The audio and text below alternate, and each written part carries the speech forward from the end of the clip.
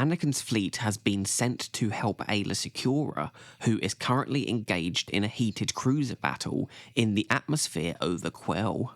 Anakin orders Ahsoka and his clones to defeat the oncoming B-2RP battle droids while he decides to progress ahead and ascends towards Ayla's Venator. The others soon follow suit when their LA-80 crashes into it. They all catch up with Aayla, with Anakin explaining to her that he has prepared a ship to dock in the lower hangar. As they make it towards the hangar, the Venator explodes from within, forcing Anakin to stay back and hold the explosion so the others can escape safely. This causes Anakin to sustain serious injuries as he is knocked out. Ahsoka is able to quickly retrieve him with the assistance of Aayla. They adapt to dock with the Resolute, but during this process they get hit by droid fighters, which causes the pilot to be fatally wounded and activate the hyperdrive, forcing the Resolute to quickly stand clear. Realising their coordinates have been incorrectly inputted, plotting a collision course directly with a star, they have to shut off all the power to reset them, despite this putting Anakin's health at risk. As they exit hyperspace, they turn the power back on just before they collide with the star. Due to the damage sustained, they are forced to make a crash landing on the nearby planet of Maridun. After making up a campsite to keep Anakin secure, Aayla convinces Ahsoka that she must go with her and Commander Bly to find help before Anakin's condition worsens beyond recovery. Ahsoka finds this hard, not wanting to leave her master behind. Aayla relates to Ahsoka's confusion between not having attachments but having compassion, stating how she herself felt the same with her master, with him being like a father to her, but she knew she had to let him go, and Ahsoka must do the same and not prioritise one life over 1,000 others. The Jedi come across a huge tree, which drops huge acorns that they have to dodge, but Aayla notices that there is evidence of drag marks in the dirt from some intelligent species that have found a use for these giant pods. At the campsite, Rex is keeping guard of Anakin when a hostile creature lurks in the grass. Anakin wakes up and notices the creature, just to collapse moments later, which Rex notices. Anakin warns Rex of the creature, who is then attacked and held down by it. Thankfully though, Rex is able to scare it off with his blaster. Several of the same creatures also attack Ahsoka, Aayla and their clones, causing the deaths of all the clones but Bly. They come across an acorn settlement full of Lurmen. They meet with the leader, T-Wat Kar, who asks why they are here, and Aayla informs them of their situation. T-Wat, however, does not agree that Jedi are peacekeepers and that they came to this system to escape the war. He refuses to help them, causing Ahsoka to plead with them for medical supplies. Her plea for help convinces him to allow his son, Wag-2, to travel with Ahsoka, while Aayla stays back as insurance. At the campsite, Anakin is unable to rest when he can hear more creatures approaching them. Wag and Ahsoka are able to arrive in time to provide assistance, with Wag-2 tying up the creature before it can harm them and without causing any harm to it. They bring Anakin to the village on a stretcher, where Wag is able to administer Anakin's healing via the oil created by their pods. Ahsoka states to Aayla that she was right, that her having stayed with Anakin would have probably meant they'd have not found the Lurmen in time, with Ahsoka being glad this ordeal is over, but Aayla reminds her that they still have yet to find a way off the planet. Rex, sitting on the ground, looks up to the sky and notices an incoming Separatist craft. He informs Bly, who also informs the others. T-Wat blames the Jedi, but Wag-2 defends them, with Ahsoka stating that the Separatists don't even know the Jedi are there. Ahsoka wants to fight, but T won't, with Anakin reminding her that they can't meddle in the affairs of the Lurmen, and they have a right to stay neutral. As T-Wat approaches the Separatists, the other Lurmen quickly smuggle the Jedi and clones out of their village. Neimoidian Separatist Lock Durd introduces himself to T, and claims he is now under the protection of the Separatists, but quickly ignores T and decides to attack his village.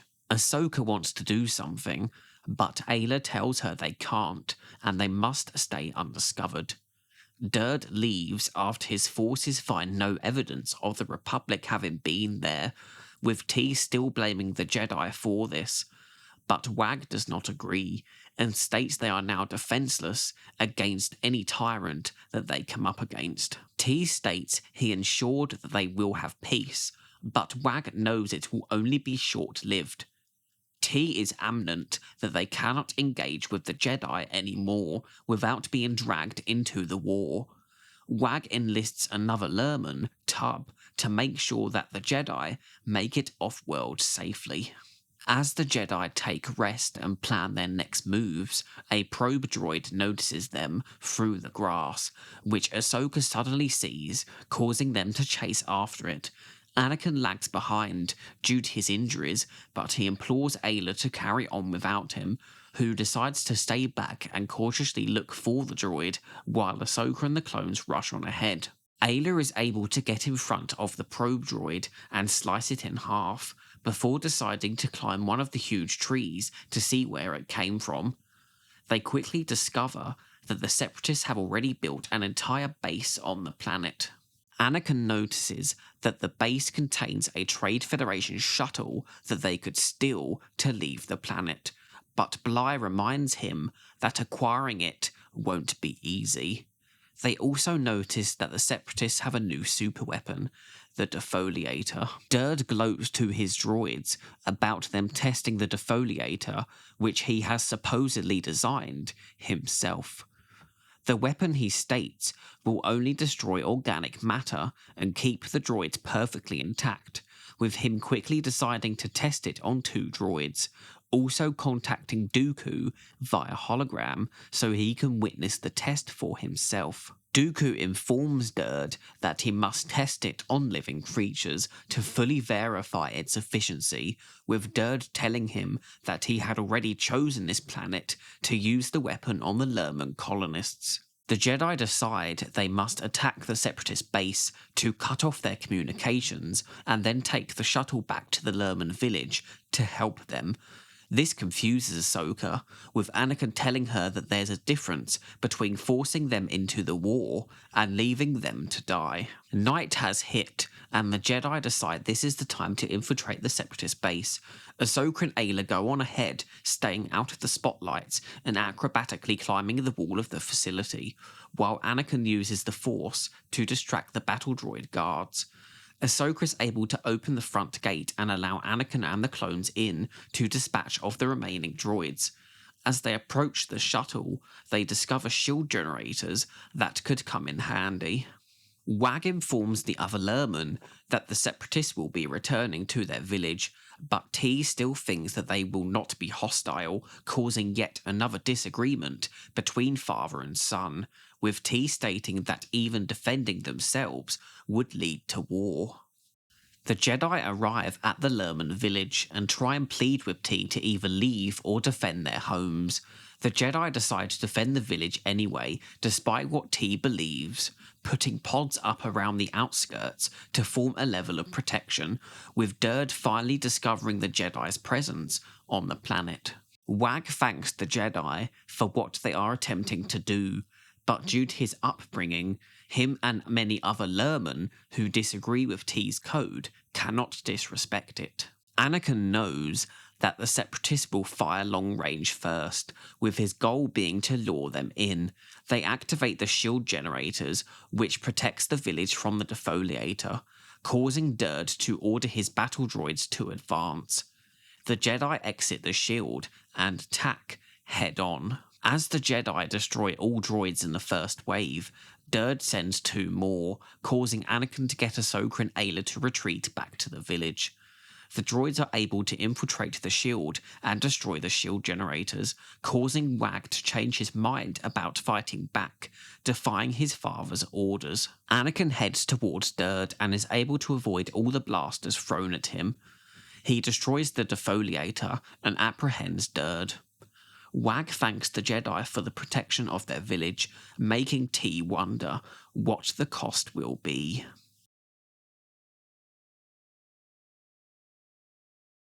The production codes for this story arc are CW122 for Jedi Crash and CW124 for Defenders of Peace. Jedi Crash was the first episode of The Clone Wars written by George Lucas's daughter, Katie Lucas. Katie Lucas would become the only writer who would write for all 7 production seasons of The Clone Wars, despite the fact that the 4 episodes she wrote for production season 6, the Dark Disciple arc, and the 4 she wrote for production season 7, the Saving Voss arc, would ultimately never be produced due to the show's cancellation in March 2013. For whatever reason, Katie Lucas did not return to write the concluding episode, with Bill Canterbury being the individual to write Defenders of Peace.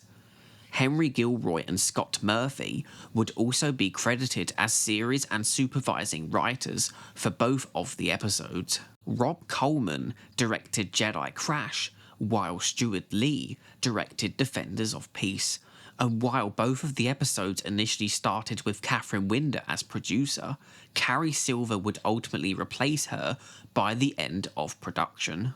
Greed and fear of loss are the roots that lead to the tree of evil. An earlier iteration of the Jedi fortune cookie featured within the episode's script was, "For one to not become attached is the greatest gift." Shots of the upcoming episode, Storm over Ryloth, are featured within the newsreel, as well as ones from CW107, Rising Malevolence, CW110, Cloak of Darkness, and a flipped shot from CW102, Downfall of a Droid. The opening newsreel features a new shot which has also been flipped. You can see this as Anakin's fringe/bangs are on the opposite side of his head. Originally, the opening aerial battle above Quell was supposed to take place in space, but this changed once the episode entered pre-production, with this aiding the plot of making the main characters stranded on Maridun. You can tell this was changed during the pre-production phase, based on designs created of the battle by artist Matt Gasser. While we don't see the terrain of Quell in this episode, it would later be depicted with a snowy biome within LEGO Star Wars 3, The Clone Wars. This episode marks the first appearance of the rocket variant of the B-2 battle droid. This would be the version that would be featured in the 2017 Star Wars Battlefront 2, though was superseded by a red variant within the episode The Unknown that could have been added to Battlefront 2 via an update had support not been dropped, in a similar way to how they updated and replaced the First Order jet troopers. The tactical droid makes its first aired appearance within Jedi Crash, but the droid was actually designed for the earlier produced Innocence of Ryloth. The word impact is written in Aurebesh on the display screen depicting their upcoming collision with the star. Anakin's respirator uses the sound effect that was used for Darth Vader's suit.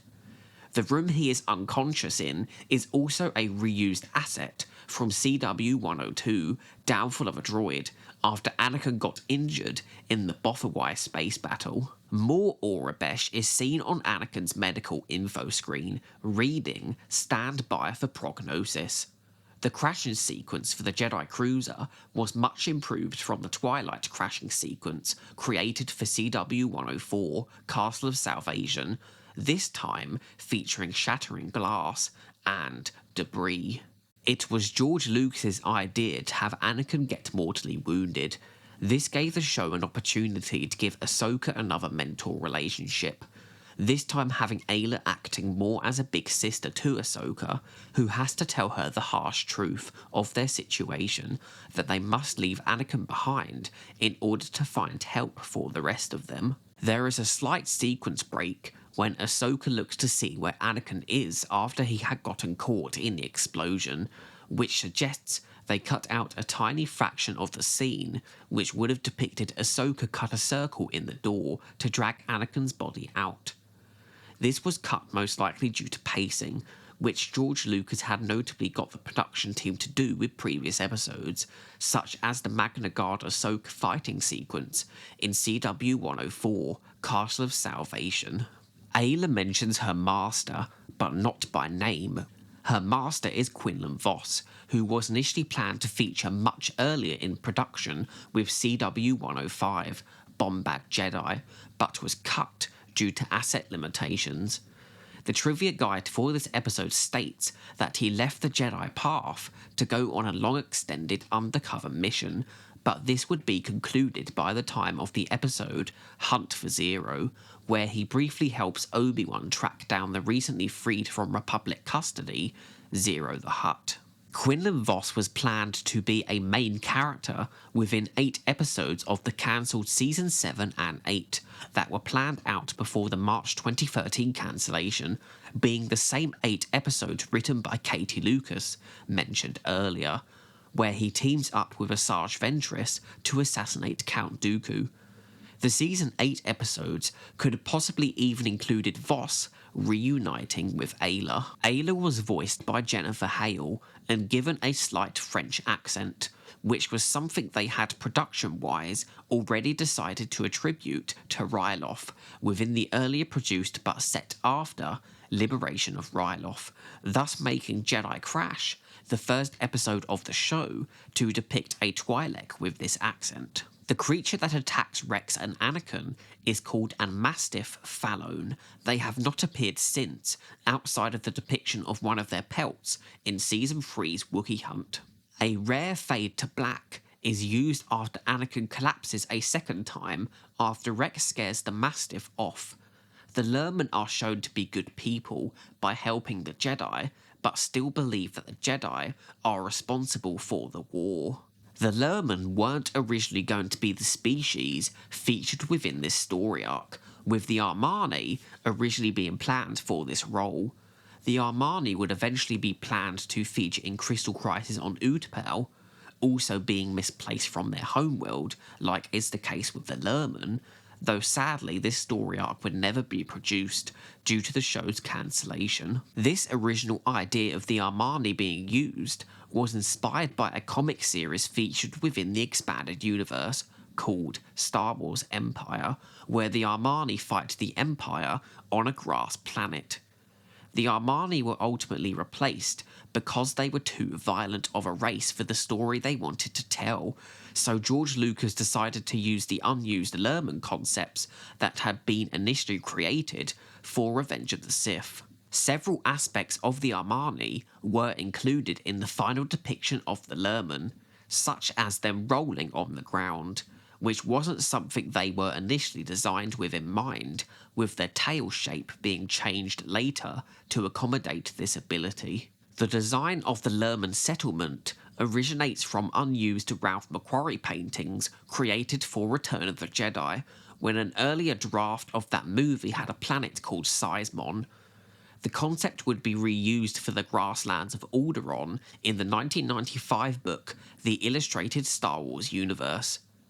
The same design would also be reused yet again, but with tweaks and changes for the Utapauan Plains featured in the already mentioned Crystal Crisis on Utapau story arc, suggesting that this grassland biome type is preferable for the Armani to live in, and due to how quickly Star Wars Rebels had to be produced, the concept was used a further time for the plains of the planet Lothal. When surrounded by war, one must eventually choose a side. Henry Gilroy, for the 10th anniversary of the Clone Wars, shared a look at the pitch for this episode, revealing an earlier title of Defenders of Maridun. He also explained the origin of the Jedi fortune cookie, how it came from his breakdown of an episode's plot, where he would include a quote Jedi theme. George Lucas liked this and decided to implement the Jedi fortune cookie at the start of every episode. There is a prequel comic to Defenders of Peace that actually features the Armani. In it, T-Watt tells Aayla that they landed on Maridun thinking it was uninhabited, but the Armani attacked them. They tried to make peace, but the Armani instead just continued to attack, so they decided to use an escape pod in their starfighter to travel to another part of the planet that was uninhabited, leaving their starfighter to be claimed by the Armani. Perhaps the Armani used said ship to travel and settle on Utapau, as seen in the unproduced story arc. Jackson Z designed both the grassland and the painted skyboxes, as well as the initial designs of the Lurmen from CW122, making these Maridun episodes majorly feature his work. A reused model from CW106, Duel of the Droids, is featured as part of Lockdurd's landing crew, that being one of the Aquilish data analyzers from the Hypercommunications Cartel, though this time the individual would get a name of Poon Zignat. Lockdurd was created as an original villain after they had noticed that the more they featured Ventress and Grievous getting defeated by the main characters, the more diminishing the threat of them became. Durd continues the Clone Wars guest casting tradition, bringing in Mr. Sulu himself, George Takei, this being the first major Star Trek actor in a Star Wars role. Despite being the second Neimoidian that appears, Lockdurd was actually the third one to be designed, as Martuk's appearance in Storm over Ryloth was produced before this one. Durd's design is a more drastic change compared to Took, with them wanting to make the villain a bit more varied, with him being designed before they had cast George Takei, who joked that he had been cast as a fat character yet again, after seeing the design himself. Durd's personality is very self-centered, constantly bragging about how the success of this operation will benefit him personally. We see Dooku's reaction to this in his brief hologram appearance, as well as Matthew Wood adding an additional vocal to one of the battle droids in response to this. The probe droid is an obvious callback to The Empire Strikes Back, where the Empire used the same technology to locate the rebel base on Hoth. Ahsoka's shadow is seen as she cuts down droids, and it confirms that lightsabers do indeed also get a cast shadow. The platform used by the droids in this episode is another reused asset from Innocence of Ryloth. The shield generators have caution written in Aurebesh on them. The defoliator was used in the show once more in Season 4's Massacre, where it was successfully used to wipe out Mother Tauzin's Night Sister clan, leaving Tauzin and Ventress as the only survivors. Director Steward Lee was adamant that there would be an interesting battle sequence in this episode, with his key style being noted, with the Jedi taking poses before they begin to fight. This was also the first time we'd see Aayla full-on fight on screen. In this edition of What Happened to That Glup Shitto, we have Lockdurd. Lockdurd was slated to be a returning character, but this never came to pass by the time the show was cancelled in March 2013. That was most likely due to how George Lucas wanted to separate the Trade Federation from the Separatists, as the show continued on to establish that while they were clearly very linked to the Separatists, doing lots of shady things for them, they were still publicly in-universe a neutral organisation who were profiting off of the war, with them even being involved in the Republic Senate in story arcs produced after the Maridun one. Lockdurd presumably was arrested alongside the likes of Warm Loathsome and later on chronologically Wat Tambor, and perhaps could have been broken out of Republic custody in an unproduced episode, such as the episode where Boba Fett tries to assassinate Mace Windu again after being manipulated by Cad Bane. Perhaps this is a side quest of a bounty hunter job that had Boba's crew alongside Cad Bane accept a job by the Separatists to rescue some of their captive leaders. Lockdurd is another Neimoidian Trade Federation character who could have appeared within Padme's unfinished final story arc, With it being the final political themed arc planned for the show, it could have potentially established the Trade Federation publicly siding with the Separatists and pulling out of the Republic Senate, with Lock Durd potentially also being included as a member of the Separatist Council that Padme could have had a meeting with before Palpatine is able to stop her plans by enacting the Outer Rim sieges.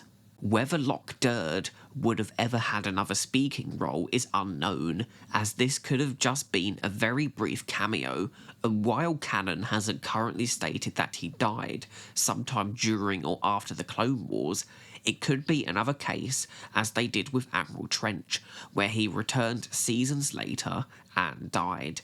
Same with my theory about Warm Loathsome in the on-screen version of the unproduced production episode CW708, The Path. This is an interesting two-part story arc that returns the show's focus to Ahsoka after having had several story arcs where she's either taken a back seat or not been featured at all.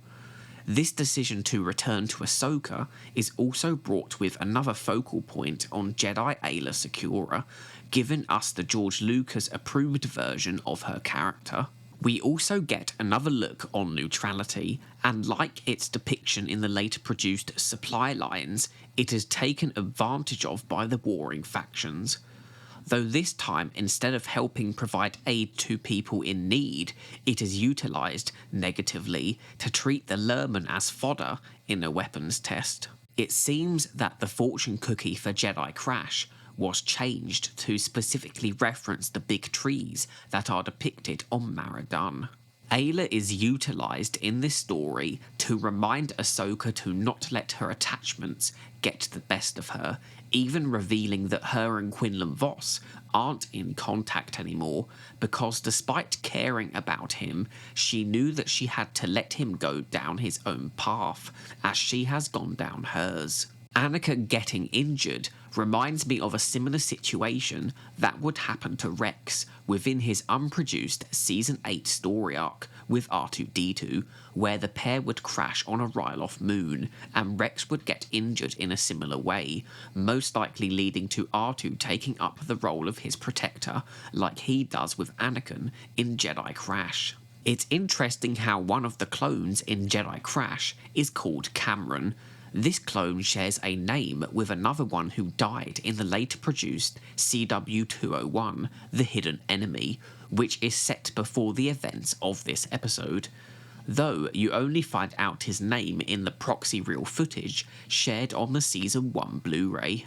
While it may not be directly stated in the episode itself, it's pretty clear to me that the Lurmen have been misplaced from their homeworld of Maigito due to the effects of the war, essentially forcing them out and making them refugees on Maridun, giving especially their leader a sour taste on the war and not wanting to pick sides as he sees it. His hand is of course eventually forced, considering the Separatists have been weaponized by the Sith and the Trade Federation into killing whoever they see as inferior to them. It's possible that the reason why the Lurmen look so scared initially when the Jedi enter their settlement is because of what happened to them previously at the hands of the Armani. The use of the word colonize in Jedi Crash has made people assume that the Lurmen forced the Armani out of their home, but the supporting prequel comic for the following episode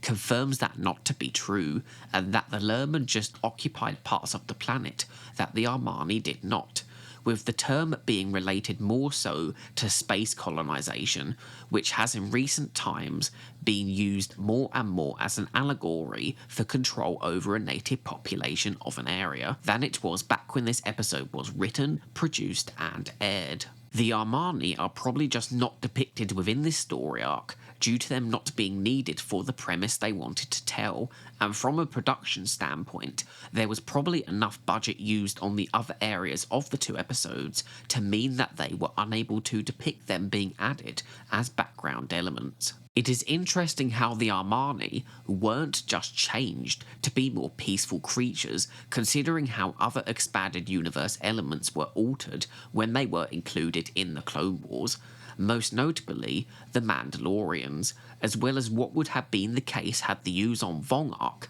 been produced for Season 8 in the alternate timeline where the Clone Wars was not cancelled in 2013. The decision to create original villains instead of reuse Grievous and Ventress is probably what ultimately led to Ventress not being used again outside of a sequel episode to Rookies before she would ultimately be split from being aligned with the Separatists and go on her own path.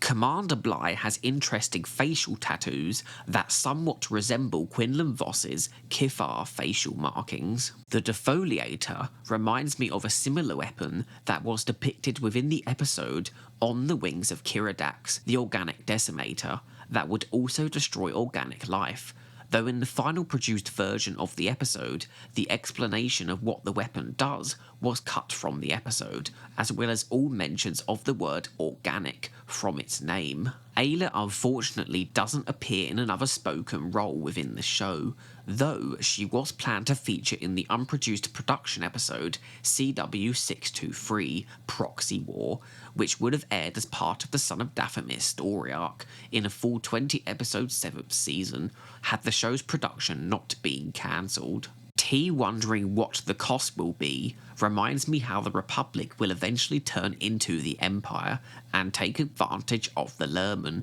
in the same way the Separatists did in this episode. This story arc being one of the later story arcs produced from the first production season shows how they continue to advance in their visual techniques, with them being able to pull off a higher level of detail in areas such as the opening atmospheric space battle, the crashing of the Jedi cruiser, as mentioned previously, as well as the detail in the landscape on Maridun itself. I now have an active channel membership available. This will grant you exclusive perks like emojis in the comments, usernames listed in my outros, and updates to what's coming next posted exclusively for members in the community tab.